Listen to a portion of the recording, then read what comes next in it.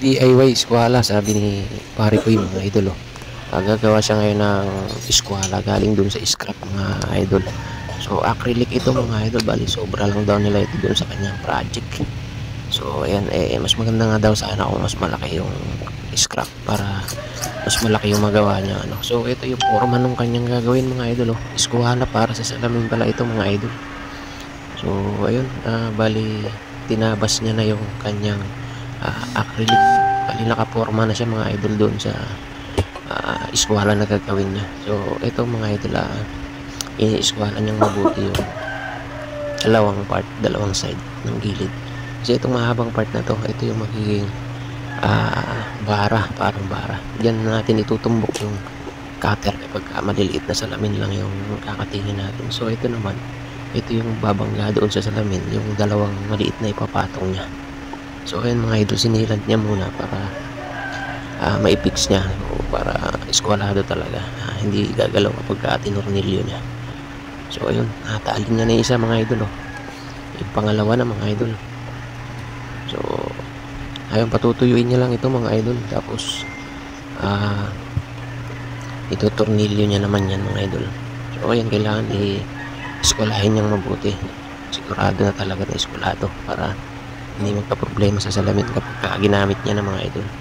Kasi daw mga idol, pag yung eskwalang bakal daw kasi ang ginagamit niya doon sa salamin, minsan daw nagbubungian or nagkaka-chips yung salamin mga idol. Kaya gagawa siya ngayon ng DIY niya na eskwala.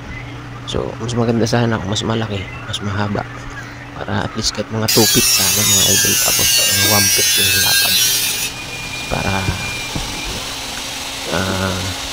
so yun mga idol, panoorin nyo mabuti mga idol, baka makatulong sa mga gawain nyo sa sarili nyo mga idol. Pwede nyo magamit ito mga idol, mas makakagaang sa trabaho nyo ito mga idol pag meron kayong ganito, sabi ni pare ko. Kasi imbis na maguguhit ka pa or magkagamit ka pa ng bara mga idol, ito diretso na mga idol, pwede mo na erekta to. Kasi makapal yung acrylic, dito mo na itumbok doon yung glass cutter mo, yun na mismo yung magiging bara mo. So pag malalaki naman yung salamin, mahaba, so pwede mong i-delete na lang yung bara doon sa eskwala kahit wala nang naghahawak ng bara mo. So ito mga idol, chinek niya na kung eskwalado ba talaga.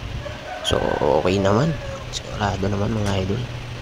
So ayan so ganito pala ang discard. So pag mas mahaba yung salamin, gagamitan mo ng bara.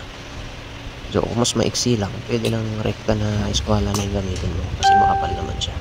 So kagandahan ng mga idol is hindi mo bubungi yung salamin mo kasi plastic yung ginagamit ng eskwala. At the same time, yun na rin yung bara mo mga idol. So maganda siya mga idol, magiging useful naman talaga ito. So ayan may slide pa. Napakasimple lang, napakadali lang gamitin mga idol. So ayun, sana